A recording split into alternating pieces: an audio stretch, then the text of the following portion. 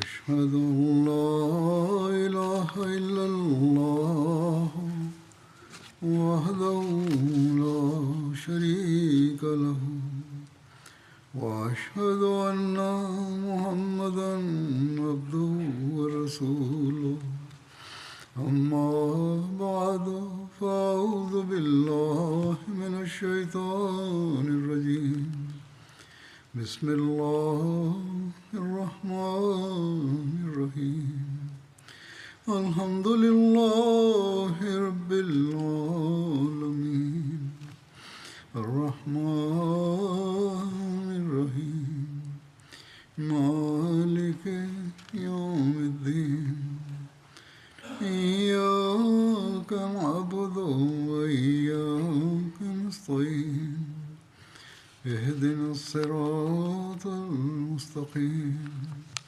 صراط الذين أنعمت عليهم غير المغضوب عليهم ولا الضالين. Dalam beberapa khutbah sebelumnya dibahas tentang Ghazwah atau pertempuran Banu Mustalik.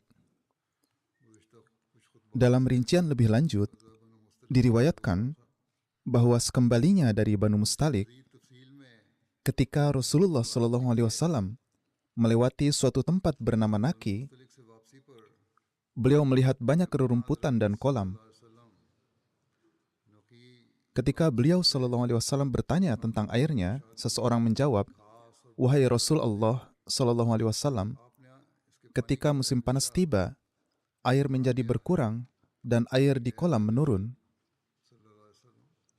Nabi Suci SAW memerintahkan Hazrat Hatib bin Abi Balta'ah untuk menggali sumur dan mengubah Naki menjadi padang untuk merumput. Hazrat Bilal bin Haris Muzani ditunjuk sebagai pengawasnya. Ia berkata, "Wahai Rasulullah SAW, sampai batas mana saya harus membuat padang untuk merumput?" Beliau SAW menjawab, "Saat terbit fajar, tempatkan seseorang yang bersuara keras di gunung dan buatlah padang untuk merumput dengan batas jangkauan suaranya untuk semua kuda dan unta kaum muslim yang akan digunakan untuk jihad." Demikianlah cara beliau mengukur luas wilayah tersebut. Hazrat Bilal berkata, "Wahai Rasulullah SAW, apa petunjuk Anda tentang hewan-hewan gembalaan kaum muslim secara umum?" Beliau menjawab, "Mereka tidak akan memasuki lahan-lahan ini." Saya kemudian bertanya, "Wahai Rasulullah SAW, apa petunjuk Anda tentang orang-orang muslim yang lemah, baik laki-laki maupun wanita yang hanya memiliki sedikit domba dan kambing, dan mereka tidak mampu membawanya ke tempat lain untuk digembalakan?"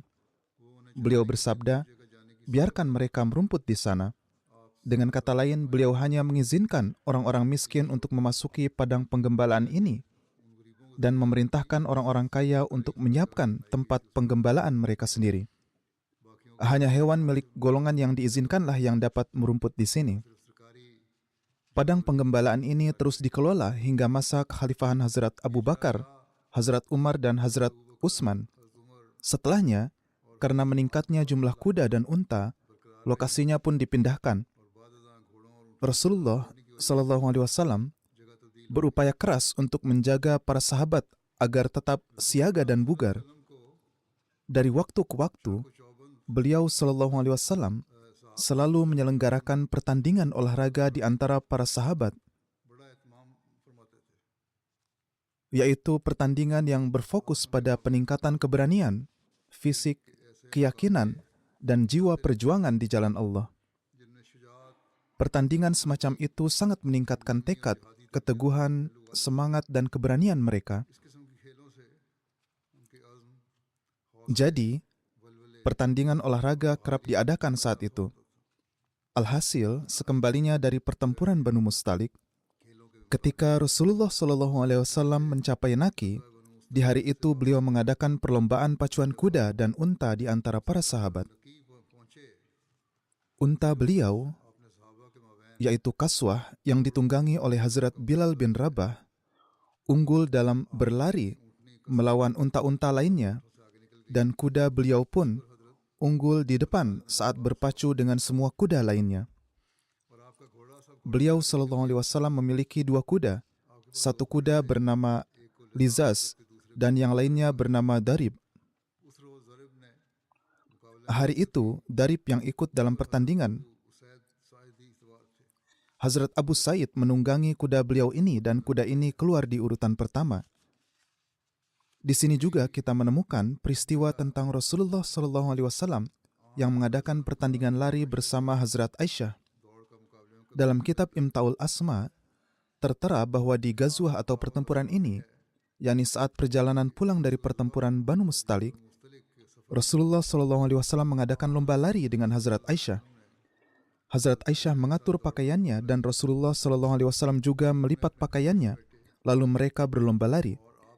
Nabi SAW unggul berlari di depan Hazrat Aisyah dan bersabda, "Ini adalah pembalasan, karena sebelumnya kamu berlari lebih cepat dariku." Ucapan ini merujuk pada sebuah peristiwa Rasulullah SAW di masa lalu. Suatu kali, beliau SAW mengunjungi rumah Hazrat Abu Bakar dan beliau melihat sesuatu di tangan Hazrat Aisyah. Beliau SAW meminta untuk melihatnya, tetapi Hazrat Aisyah menolak dan lari dari sana. Beliau SAW juga berlari ke arahnya, tetapi tidak dapat mengejar Hazrat Aisyah. Ini adalah peristiwa-peristiwa di sekitar kehidupan rumah tangga beliau SAW, yang mana beliau SAW melakukannya untuk menjaga agar suasana rumah tangga beliau selalu hangat dan bahagia. Rasulullah SAW menjadi contoh teladan bagi kita dalam segala hal, dan ini juga menjadi pelajaran bagi orang-orang yang berlaku keras kepada istrinya. Allamah Ibnu Jauzi telah menyampaikan sebuah riwayat dari Hazrat Aisyah. Hazrat Aisyah meriwayatkan, "Aku pernah melakukan perjalanan bersama Rasulullah SAW. Saat itu aku masih muda dan bertubuh ramping. Rasulullah SAW mengajak orang-orang untuk berlomba lari, dan orang-orang pun melakukannya. Kemudian Rasulullah SAW bersabda kepada saya, 'Ayo kita berlomba lari.' Kami berdua pun berlomba lari dan saya unggul di depan." Riwayat yang disampaikan pertama mungkin saja merujuk pada kejadian yang beda. Alhasil, ini merupakan peristiwa-peristiwa tentang perlakuan baik Nabi SAW yang banyak terjadi. Hazrat Aisyah kemudian berkata, "Kemudian masa pun berlalu dan berat badanku pun menjadi meningkat. Kemudian ada sekali lagi aku melakukan perjalanan bersama Rasulullah SAW. Pada kesempatan ini juga beliau SAW menyuruh orang-orang agar bertanding lari, dan semua orang pun melakukannya. Setelah itu Rasulullah SAW bersabda kepadaku, 'Ayo kita lomba lari.' Kami pun berlomba lari dan di kesempatan itu beliau menang. Saat itu beliau tertawa dan bersabda, 'Ini adalah untuk menebus kekalahan di pertandingan sebelumnya.'" Hazrat Muslim Maud pun menerangkan peristiwa ini sebagai berikut. Rasulullah SAW juga biasa berlomba dengan istri-istri beliau. Pada suatu kesempatan, Rasulullah SAW dan Hazrat Aisyah berlomba di depan pasukan. Yakni mereka tidak berlomba lari di tempat terpisah, tetapi di depan pasukan. Rasulullah SAW saat itu kalah, dan Hazrat Aisyah menjadi pemenangnya. Ketika mereka berdua berlomba lari di kesempatan lain, Rasulullah SAW yang menang dan Hazrat Aisyah kalah karena berat badannya yang meningkat. Atas kemenangan ini, beliau SAW bersabda, "Ya Aisyah, tilka bitilka." Wahai Aisyah, kekalahan kamu ini adalah balasan atas kekalahanku sebelumnya. Alhasil, Rasulullah SAW tidak menganggap berlomba dengan istri-istri beliau sebagai suatu aib atau yang tidak pantas. Dan sesuatu yang telah diperkenankan oleh Islam tidak dapat dianggap sebagai suatu yang tidak pantas. Di masa dahulu, bahkan hingga saat ini, ada sebagian orang yang membeda-bedakan perlakuan terhadap istri mereka. Dan mereka di masa kini pun secara keliru merasa malu atas hal-hal tertentu. Seperti suami berjalan di depan sedangkan istrinya ditinggalkan di belakang, atau berjalan agak jauh. Jika saat ini pun masih ada orang-orang seperti itu, maka ini adalah suatu pelajaran bagi mereka. Inilah perlakuan istimewa terhadap wanita yang telah diajarkan oleh Islam dan merupakan suatu teladan yang telah ditegakkan oleh Rasulullah SAW.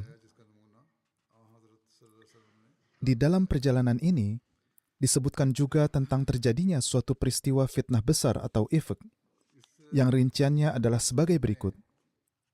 Ketika kembali dari pertempuran Banu Mustalik, terjadi lagi cobaan yang sangat buruk yang dilakukan oleh orang-orang munafik, yaitu tuduhan palsu terhadap Hazrat Ummul Mukminin Hazrat Aisyah, yang juga dikenal dengan peristiwa ifk atau fitnah besar. Di awal diterangkan tentang peristiwa sumber air, yaitu ketika Abdullah bin Ubay mencoba untuk menimbulkan perselisihan. Ini adalah peristiwa yang berbeda. Menurut riwayat dalam Sahih Bukhari, Hazrat Aisyah ketika menerangkan rincian peristiwa ifk menuturkan, adalah kebiasaan Rasulullah SAW bahwa ketika beliau hendak melakukan suatu perjalanan, beliau biasa mengundi di antara para istri suci beliau. Kemudian beliau akan membawa serta istri yang mendapat undian tersebut. Hazrat Aisyah menuturkan, pada suatu kesempatan, untuk pergi ke suatu gazwah, beliau melakukan undian di antara kami, dan undian tersebut jatuh pada diriku. Oleh karena itu, aku pun berkesempatan pergi bersama Rasulullah SAW. Saat itu sudah turun perintah berkenaan dengan pardah. Maksudnya, peristiwa ini terjadi setelah turunnya perintah berjilbab. Hazrat Aisyah menuturkan, oleh karena itu, selama perjalanan ini, aku akan duduk di tandu yang diletakkan di punggung unta, dan jika berhenti, maka tandu itu akan diturunkan ke bawah. Kami terus melakukan perjalanan hingga ketika Rasulullah SAW selesai dari pertempuran, dan kami tengah di perjalanan pulang mendekati kota Madinah. Pada suatu malam, Rasulullah SAW memerintahkan untuk berangkat. Ketika aku mendengar pengumuman ini, aku bangkit dan pergi ke satu sisi, menjauh dari pasukan. Hazrat Aisyah pergi keluar untuk menunaikan hajat. Hazrat Aisyah menuturkan, ketika aku telah menunaikan hajat dan kembali ke arah unta, aku memeriksa leherku dan aku menyadari bahwa kalungku telah hilang. Itu terbuat dari manik-manik zafar. Zafar adalah sebuah gunung atau kota yang berada di dekat kota San'a di Yaman. Manik-manik buatan mereka masyhur. Hazrat Aisyah menuturkan, kalung itu mungkin rusak dan jatuh di suatu tempat. Aku kembali untuk mencari kalungku, dan karena ini aku pun menjadi tertinggal. Hazrat Aisyah menuturkan, sementara itu, orang-orang yang telah ditunjuk untuk mengangkat tanduku dan menaruhnya di punggung unta telah tiba, dan mereka mengira bahwa aku sudah ada di dalam tandu tersebut. Lalu mereka pun mengangkatnya dan menaruhnya di atas unta dan melanjutkan perjalanan bersama pasukan. Pada masa itu, perempuan-perempuan berbobot ringan dan tidak banyak daging di tubuhnya, karena mereka hanya sedikit makan disebabkan oleh masa-masa yang sulit. Dan karena itu mereka tidak curiga bahwa aku belum berada di tandu. Saat itu aku masih seorang wanita muda. Alhasil, ketika aku kembali setelah menemukan kalungku, ternyata pasukan telah pergi. Yakni mereka yang membawa unta telah pergi, sementara Hazrat Aisyah pun baru kembali setelah mencari dan menemukan kalungnya. Hazrat Aisyah menuturkan, aku lalu kembali ke tempat berkemah sebelumnya, namun tidak ada seorang pun yang memanggilku. Semua telah pergi dan aku tidak dapat melihat ada seseorang pun. Aku lalu kembali ke tempatku berada, yakni aku pergi ke tempat tendaku berada, sambil berpikir bahwa ketika orang-orang menyadari bahwa aku tertinggal, mereka pasti akan kembali. Oleh karena itu, aku duduk di tempatku berada dan aku terkantuk dan tertidur. Kemudian, Safwan bin Mu'attal Sulami Dhakwani yang berada di belakang pasukan, ia memang bertugas untuk tetap berada di akhir pasukan supaya barang-barang yang jatuh dan lain-lain dapat diamankan. Ketika beliau tiba di dekat tempat aku beristirahat di waktu pagi, beliau melihat ada seseorang yang sedang tidur sendirian. Karena beliau pernah melihatku sebelum turunnya perintah tentang pardah, beliau langsung mengenaliku. Hazrat Aisyah menuturkan, beliau mengucapkan innalillahi, dan karena ucapannya ini aku pun terbangun. Tatkala beliau mengenaliku, aku lantas menutup wajahku dengan cadar. Dan demi Allah, kami tidak mengucapkan satu patah kata pun. dan aku tidak mendengar sepatah kata pun darinya kecuali ia membaca innalillahi. Beliau lalu turun dari untanya dan menyuruh untanya berlutut di dekatku. Kemudian beliau meletakkan kakinya di atas kaki depan untanya.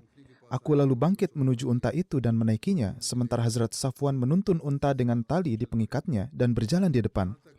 Di waktu pertengahan siang hari yang panas dan terik, kami akhirnya sampai di tempat pasukan Muslim mendirikan kemah.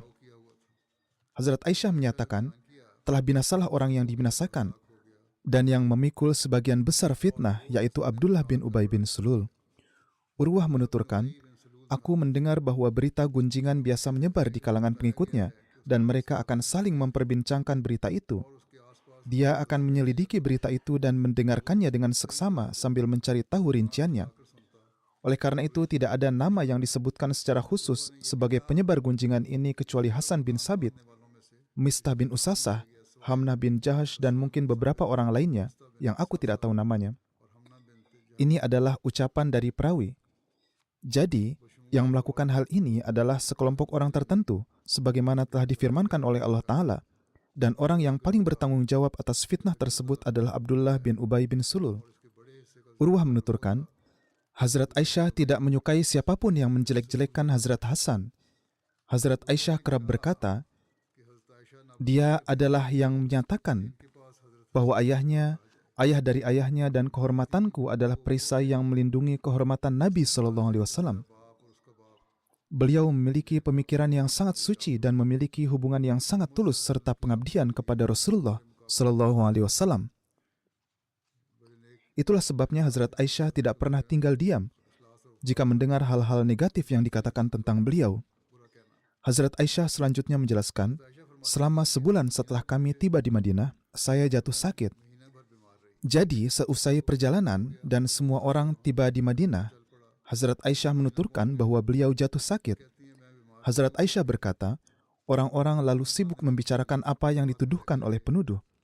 Aku saat itu sama sekali tidak menyadarinya. Aku jatuh sakit di rumah dan tidak tahu apa-apa tentang ini. Apa yang membuatku benar-benar gelisah saat sakit ini adalah aku tidak melihat corak kasih sayang Rasulullah SAW yang biasanya aku lihat. Selama sakit ini, Rasulullah SAW mendatangiku, menyapaku, menanyakan kabarku, lalu beliau pergi. Hanya itu saja, tidak ada perlakuan istimewa yang lebih selain itu, dan ini yang membuatku sangat gelisah. Aku saat itu tidak mengetahui akan gunjingan jahat tersebut sampai saat aku mulai merasa kesehatanku lebih baik dan mulai pergi keluar bersama Ummu Mistah untuk menunaikan hajat. Kami tidak akan berangkat kecuali di jam-jam malam. Ini terjadi sebelum kamar mandi dibangun di rumah kami sendiri. Yakni untuk menunaikan hajat, perempuan biasa pergi keluar pada malam hari. Di masa itu, orang-orang tidak memiliki kamar mandi di rumah mereka. Hazrat Aisyah berkata, saat itu kami mengikuti kebiasaan Arab, merupakan kebiasaan kita untuk pergi ke hutan untuk menunaikan hajat, karena kami merasa tidak nyaman jika memiliki tempat di rumah kami sendiri untuk itu. Namun akhirnya, hal ini menjadi hal biasa dan kamar mandi pun mulai dibangun di rumah-rumah penduduk. Hazrat Aisyah berkata, aku pergi bersama Ummu Mistah.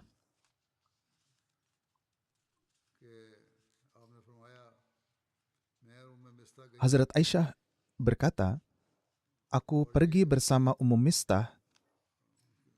Beliau adalah putri Abu Ruham bin Muttalib bin Abdul Manaf. Ibunya adalah putri dari Sakhr bin Amir, bibi Hazrat Abu Bakar Siddiq, dan nama putranya adalah Mistah bin Usasah bin Ubadah bin Muttalib. Ketika Ummu Mistah dan aku kembali ke rumah setelah kami menunaikan hajat, Ummu Mistah terjebak dalam jubahnya. Ia tersandung dan berkata, celakalah Mistah. Aku berkata kepadanya, apa yang Anda katakan itu tidaklah baik. Apakah Anda menjelek-jelekan orang yang ikut serta di perang Badar? Ia menjawab, wahai wanita yang lugu, pernahkah kamu mendengar apa yang dia katakan? Aku bertanya padanya, apa yang dia katakan? Ummu Mistah menjawab, dia memberitahukan kepadaku cerita yang disebarkan oleh para pemfitnah itu. Hazrat Aisyah menceritakan, setelah mendengar ini, aku menjadi semakin sakit. Dalam riwayat lain, peristiwa tentang pergi menunaikan hajat ini dijelaskan sebagai berikut. Hazrat Aisyah menuturkan, Aku pergi keluar untuk menunaikan hajat dan Hazrat Ummu Mistah ikut bersamaku. Ia jatuh tersandung dan berseru, "Semoga Mistah binasa." Aku bertanya padanya, "Apakah Anda benar-benar mengutuk anakmu sendiri?" Mendengar hal ini, Ummu Mistah pun terdiam. Ummu Mistah kemudian tersandung untuk kedua kalinya dan kemudian berkata, "Terkutuklah Mistah." Aku berkata kepadanya, "Anda mengutuk anakmu sendiri." Ummu Mistah kemudian tersandung untuk ketiga kalinya dan berkata, "Semoga Mistah binasa." Aku kemudian memarahinya dan mungkin ia lalu memikirkannya. Dan karena linglung, ia tersandung. Kendati demikian, Hazrat Aisyah berkata, ketika aku memarahinya, Ummu Mistah berkata, "Aku tidak mengutuk dia tetapi kamu. Aku mengutuk dia hanya karena kamu. Aku memikirkannya dan itu terlintas dalam pikiranku dan aku mengatakannya." Aku bertanya padanya, "Mengapa karena aku?" Hazrat Aisyah menuturkan, ia kemudian memberitahuku tentang seluruh kejadian tersebut. Jadi, Ummu Mistah memberitahu Hazrat Aisyah tentang masalah gunjingan ini. Aku bertanya kepadanya, apakah ini benar-benar apa yang sedang dibicarakan oleh orang-orang? Ummu Mistah berkata, "Ya, aku bersumpah demi Allah." Setelah ini aku kembali ke rumah. Saat itu telah hilang sirna tujuanku sebelumnya untuk meninggalkan rumah dan kini aku tidak membutuhkan apapun. Ketika aku kembali ke rumah, Rasulullah SAW mendatangiku. Beliau mengucapkan salam kepadaku dan bersabda, "Bagaimana keadaanmu?" Aku bertanya kepada Nabi SAW, "Apakah engkau mengizinkan aku pergi ke rumah orang tuaku?" Hazrat Aisyah berkata, "Aku ingin memastikan kebenaran berita ini dari kedua orang tuaku." Ibnu Hisham menerangkan bahwa ketika Hazrat Aisyah pergi ke rumah orang tuanya, Hazrat Aisyah saat itu belum mengetahui perihal gunjingan keji tersebut dan kejadian bersama Ummu Mistah pun terjadi setelah Hazrat Aisyah pergi ke rumah orang tuanya. Kendati demikian, kedua riwayat tersebut memang ada. Kemudian Hazrat Aisyah berkata, Rasulullah SAW memberiku izin. Dalam riwayat lain, Hazrat Aisyah menerangkan, beliau SAW mengirim seorang pelayan bersamaku. Ketika aku sampai di rumah, ibuku, yakni Ummu Rumman, sedang ada di bawah, sedangkan ayahku ada di lantai atas sedang membaca Al-Quran. Ini adalah riwayat Sahih Bukhari. Hazrat Aisyah berkata, aku berkata kepada ibuku, "Ibuku sayang, apa yang sedang dikatakan oleh orang-orang?" Ibu Hazrat Aisyah menjawab, "Wahai putriku tercinta, janganlah memperhatikan hal itu. Karena demi Allah, tidak ada seorang wanita menawan pun yang dicintai oleh suaminya yang mempunyai istri-istri lain juga, kecuali istri-istrinya yang lain akan menggunjingnya." Hazrat Aisyah berkata, "Subhanallah, apakah orang-orang benar-benar telah mengatakan hal-hal ini tentangku?"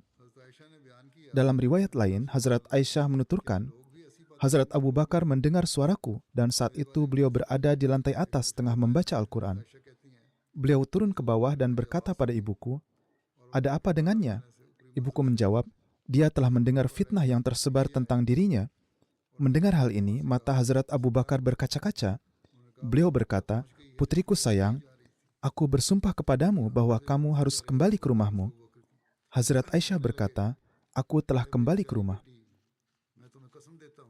Hazrat Aisyah menuturkan, "Aku lantas menangis sepanjang malam. Hari sudah pagi, tapi air mataku tak kunjung berhenti.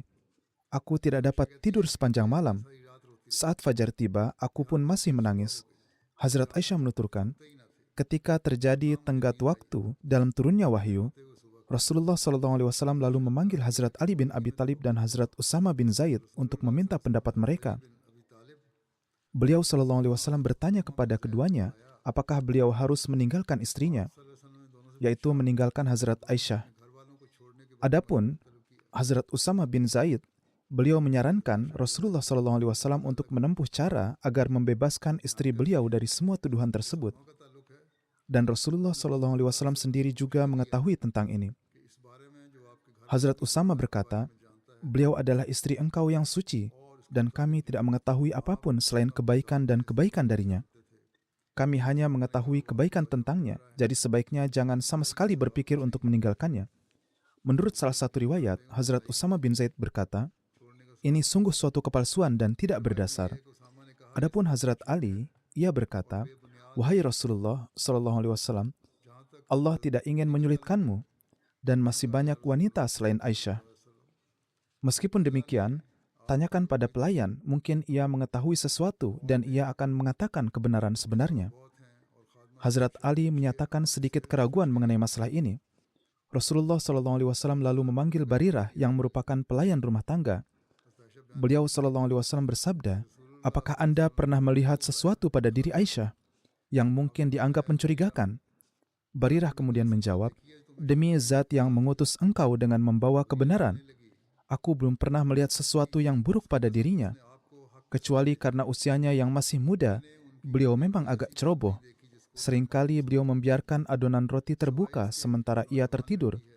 Lalu kambing di rumah datang dan memakannya. Yaitu Hazrat Aisyah cepat tertidur dan sedikit ceroboh. Tapi setelah itu tidak ada keburukan apapun dalam diri beliau. Dalam riwayat lain disebutkan bahwa salah seorang sahabat Nabi SAW menegur pelayan itu dan menyuruhnya untuk mengatakan yang sebenarnya kepada Rasulullah SAW. Hingga orang-orang itu berulang kali bertanya kepadanya mengenai masalah ini. Ia menjawab, Maha suci Allah, demi Allah, yang aku ketahui tentang beliau hanyalah sebagaimana pengetahuan seorang ahli emas tentang emas yang murni. Aku hanya selalu menemukan kebaikan dalam diri beliau. Dalam riwayat lain disebutkan bahwa Rasulullah SAW juga bertanya tentang Hazrat Aisyah dari Ummu Aiman. Beliau menjawab, aku menjaga telinga dan mataku agar tetap terlindungi. Aku selalu beranggapan baik tentang Aisyah dan hanya menemukan kebaikan dalam diri beliau.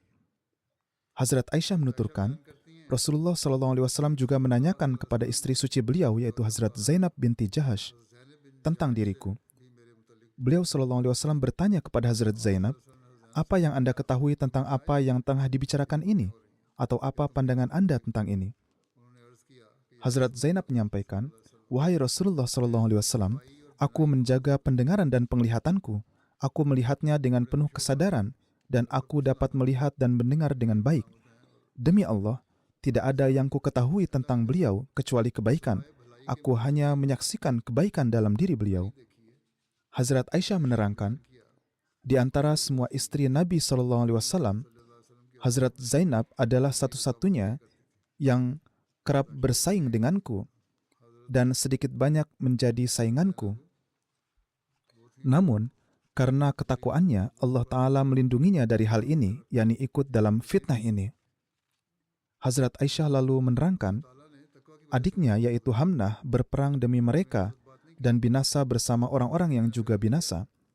Dengan kata lain, ia tidak mendapatkan kesudahan yang baik. Hazrat Aisyah menerangkan, demi Allah, orang yang dituduhkan yaitu Safwan bin Mu'attal, ia berkata, Subhanallah, demi Allah yang hidupku berada di tangannya, aku tidak pernah melepaskan kain dari seorang wanita pun, yaitu ia tidak pernah melakukan hubungan dengan wanita manapun.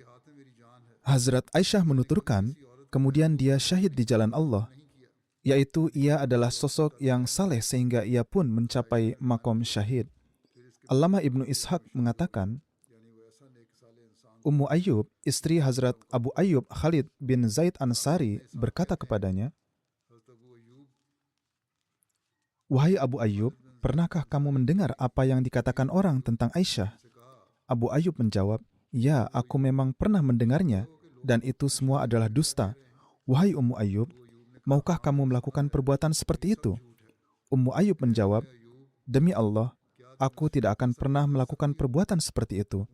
Abu Ayyub berkata, Aisyah jauh lebih unggul dan lebih baik darimu. Jadi bagaimana dia bisa melakukan tindakan seperti itu? Disebutkan dalam Sahih Bukhari bahwa pada peristiwa ini ada seorang dari kalangan Ansar yang berkata, wahai Allah, Maha Suci Engkau, bukankah pekerjaan kami untuk menyebarkan hal ini? Wahai Allah, Maha Suci Engkau, ini adalah fitnah yang sangat besar. Ini juga merupakan riwayat dari Bukhari. Penulis tafsir Bukhari, Allamah Ibnu Hajar menyatakan bahwa Hazrat Abu Ayyub Ansari mengatakan pernyataan ini dan Hazrat Ubay bin Ka'ab meriwayatkan bahwa hal ini ia katakan kepada istrinya yaitu Hazrat Ummu Tufail. Hazrat Aisyah meriwayatkan bahwa pada hari yang sama, Rasulullah SAW berdiri di mimbar dan mengungkapkan ketidaksenangan beliau terhadap Abdullah bin Ubay. Beliau SAW bersabda, wahai umat Islam, aku sangat berduka atas keluargaku. Adakah di antara kalian yang mampu mengakhiri hal ini? Demi Allah, aku tidak mengetahui apapun tentang keluargaku kecuali kebaikan. dan aku juga menganggap orang yang disebutkan, yaitu Safwan bin Mu'attal, adalah orang yang saleh. Dengan kata lain, Nabi SAW juga memberikan kesaksian yang mendukung pria tersebut atau Hazrat Safwan. Dia hanya datang ke keluargaku dengan bersamaku, dan dia menemaniku dalam semua perjalananku. Sabda Nabi SAW. Hazrat Aisyah menuturkan, mendengar hal ini, Hazrat Sa'ad bin Mu'az, yang berasal dari kalangan Bani Abu Ash'al, berdiri. Menurut sebagian orang, itu adalah Hazrat Usaid bin Hudair. Ia berkata, "Wahai Rasulullah SAW, aku akan melindungimu dari ini." Ketika Nabi SAW mengungkapkan kesedihan dan kegelisahannya di depan orang-orang, maka sahabat ini berdiri dan menyatakan bahwa ia akan berusaha melindungi Nabi SAW dari tuduhan palsu ini dan dari kesedihan yang menimpa beliau SAW karena keluarga beliau. Ia berkata, "Jika dia berasal dari suku Aus, aku akan memenggalnya. Dan jika dia termasuk di antara saudara kami, yaitu kaum Khazraj, maka kami pun siap melakukan apa yang Anda akan perintahkan." Hazrat Aisyah menuturkan, seseorang dari kalangan Khazraj berdiri. Orang ini adalah Sa'ad bin Ubadah dan dia adalah kepala suku Khazraj. Hazrat Aisyah menuturkan, dia sebelumnya adalah orang yang baik. Namun pada saat dia diliputi kemarahan, dan sebagai tanggapan terhadap Sa'id, dia berkata kepadanya, "Demi Allah, kamu telah mengatakan dusta. Kamu tidak akan membunuhnya dan kamu juga tidak memiliki kekuatan untuk melakukannya. Jika orang itu berasal dari sukumu, kamu pasti tidak senang jika ia terbunuh." Hazrat Usaid bin Hudair berdiri. Ia merupakan sepupu dari Sa'ad, dan ia berkata kepada Sa'ad bin Ubadah, "Kamu telah berbohong. Demi Allah, kami pasti akan membunuhnya. Kamu adalah seorang munafik, karena kamu telah bertengkar demi kepentingan orang-orang munafik." Hazrat Aisyah menuturkan, perselisihan terjadi di antara para sahabat mengenai masalah ini. Hazrat Aisyah menuturkan, antara suku Aus dan Khazraj adalah sedemikian rupa memanas sehingga mereka siap berperang satu sama lain. Saat itu Nabi SAW berdiri di mimbar. Hazrat Aisyah menuturkan, Rasulullah SAW terus menenangkan mereka hingga akhirnya mereka terdiam. Dan kemudian beliau SAW pun lalu terdiam. Hazrat Aisyah menuturkan, aku terus menangis sepanjang hari itu. Air mataku tidak mau berhenti dan aku tidak bisa tidur. Orang tuaku mendampingiku dan aku menangis selama 2 malam 1 hari. Dengan air mata yang tak henti-hentinya dalam keadaan tidak bisa tidur. Hingga aku pun merasa hatiku akan meledak karena kesedihan. Selama cobaan yang berat ini, kedua orang tuaku bersamaku, sementara aku menangis. Dan seorang wanita Ansari meminta izin untuk mengunjungiku. Aku memberikannya izin, dan wanita itu duduk dan mulai menangis di sampingku. Hazrat Aisyah menuturkan, saat kami berada dalam keadaan ini, Rasulullah SAW datang mengunjungiku. Beliau mengucapkan salam dan kemudian duduk. Hazrat Aisyah menuturkan, sejak gunjingan tersebut tersebar, beliau SAW tidak pernah duduk bersamaku. Dengan kata lain, sejak peristiwa ini terjadi, beliau hanya mengucapkan salam dari kejauhan, menanyakan keadaan, lalu kemudian beliau pergi. Hazrat Aisyah melanjutkan, beliau SAW tetap seperti ini selama sebulan dan selama itu beliau SAW tidak menerima wahyu ilahi mengenai saya. Hazrat Aisyah melanjutkan, Nabi SAW membaca tasyahud setelah duduk dan kemudian bersabda, "Wahai Aisyah, aku telah mendengar ini dan itu tentangmu. Jika kamu tidak bersalah, Allah pasti akan membenarkanmu. Tetapi jika kamu telah berbuat salah, maka mohonlah ampunan kepada Allah dan bertobatlah kepadanya. Karena apabila seorang hamba mengaku dan bertaubat, maka Allah akan memberikan rahmat kepadanya." Hazrat Aisyah menjelaskan, ketika Rasulullah SAW selesai mengucapkannya, air mataku berhenti mendengar ini dan aku tidak lagi merasakan setetes pun air mataku. Aku kemudian berkata kepada ayahku, yakni Hazrat Abu Bakar, mohon berikanlah jawaban atas namaku kepada Rasulullah SAW tentang apa yang beliau katakan tentangku. Ayahku menjawab, demi Allah, aku tidak tahu harus berkata apa kepada Rasulullah SAW. Aku tidak mengerti apa yang harus kukatakan. Aku kemudian memohon pada ibuku untuk menanggapi apa yang telah disabdakan oleh Rasulullah SAW. Namun, ibuku juga berkata, demi Allah, aku tidak tahu harus berkata apa kepada Nabi SAW. Jadi beliau juga memberikan jawaban yang sama. Kemudian aku sendiri berkata, Aku masih seorang perempuan muda dan tidak tahu banyak tentang Al-Quran. Demi Allah, aku tahu bahwa apa yang engkau dengar telah tertanam di hati. Dan mungkin Anda sekarang telah menganggapku buruk dan Anda menganggap bahwa fitnah itu benar. Jika aku mengatakan bahwa aku tidak bersalah dan aku tidak melakukan hal seperti itu, Anda tidak akan mempercayaiku. Dan jika aku mengakui sesuatu dan Allah Maha tahu bahwa aku bersih darinya dan aku pasti tidak melakukannya, maka Anda akan mempercayainya dan Anda akan mengatakan bahwa aku bersalah dan aku tengah bertobat. Hazrat Aisyah menuturkan, aku berkata, maka demi Allah, aku tidak menemukan perumpamaan bagi diriku sendiri kecuali seperti ayah Yusuf tatkala ia berkata, fasabrun jamilun wallahul musta'anu ala ma tasifun. Fasabrun jamilun wallahul musta'anu ala ma tasifun. Jadi sekarang kesabaran yang hakikilah yang baik untukku, dan hanya kepada Allah sajalah wujud yang dapat dimintai pertolongan terhadap apa yang engkau nyatakan. Setelah mengatakan ini, aku berbalik ke samping dan berbaring di tempat tidur. Allah mengetahui bahwa aku tidak bersalah dan Dia akan membebaskanku dari tuduhan yang dituduhkan kepadaku. Namun demi Allah, aku tidak pernah membayangkan bahwa Allah Ta'ala akan menurunkan wahyu sesuatu tentang diriku, yaitu wahyu yang akan dibacakan nanti. Aku menganggap diriku terlalu tidak layak bagi Allah Ta'ala untuk mengatakan sesuatu secara khusus tentangku. Aku hanya berharap agar Rasulullah SAW mendapat mimpi di mana Allah Ta'ala akan membuktikan bahwa aku tidak bersalah. Aku tahu bahwa Allah Ta'ala akan menyatakan kepada beliau SAW bahwa aku tidak bersalah, tetapi aku tidak menyangka bahwa Allah Ta'ala akan menurunkan ayat Al-Quran mengenai hal ini. Hazrat Aisyah menuturkan, demi Allah, sebelum Rasulullah SAW meninggalkan tempat duduknya dan sebelum ada orang di rumah tangganya yang pergi, beliau menerima wahyu ilahi dan beliau dilanda keadaan yang sangat kuat. Meskipun hari itu dingin, keringat beliau SAW bercucuran bagaikan mutiara karena beratnya kalam ilahi yang diwahyukan kepada beliau. Menurut Sirat Ibnu Hisham, Hazrat Aisyah radhiyallahu anha menuturkan, beliau SAW lalu ditutupi dengan selimut dan bantal kulit diletakkan di bawah kepala beberkat beliau. Ketika aku melihat ini, aku sama sekali tidak gelisah karena aku tahu bahwa aku tidak bersalah. Hazrat Aisyah mengatakan, aku tahu Tuhan sedang menurunkan wahyu dan aku tidak perlu khawatir karena aku tahu aku tidak bersalah. Jika memang turun wahyu, Allah Ta'ala pasti akan menyatakan aku tidak bersalah dan Allah Ta'ala tidak akan menganiaya diriku.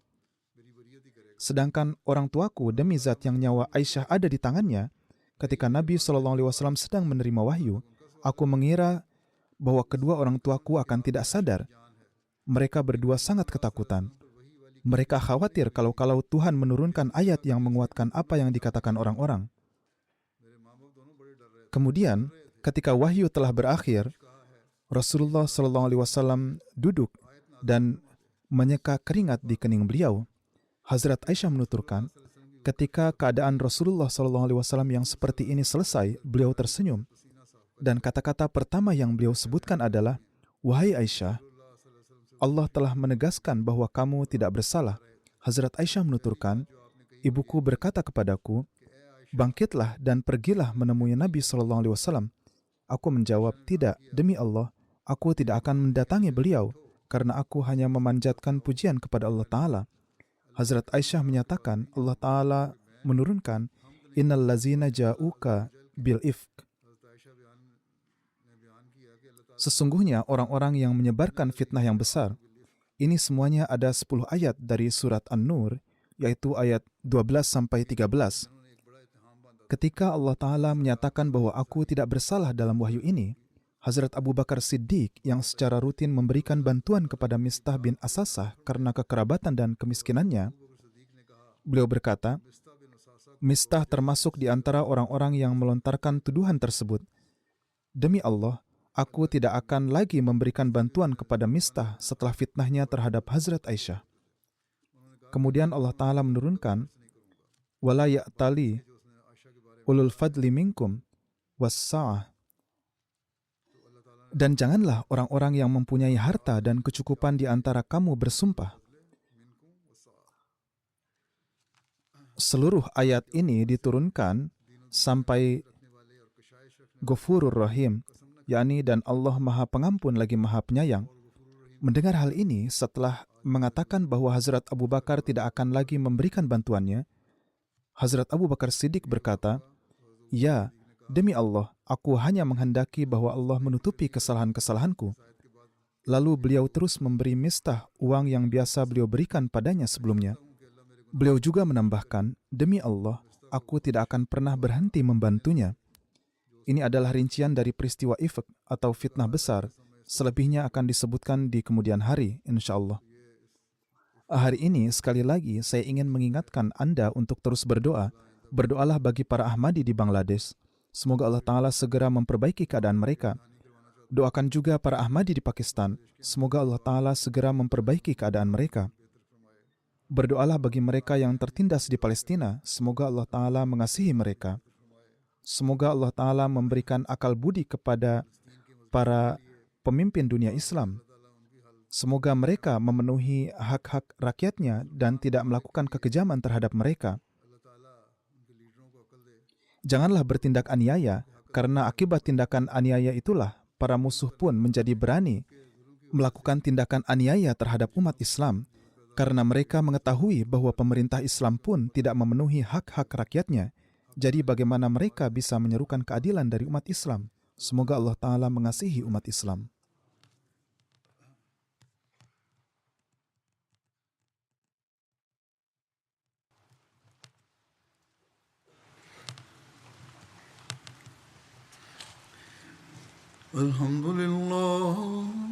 Alhamdulillah, nahmaduhu wa nasta'inuhu wa nastaghfiruh.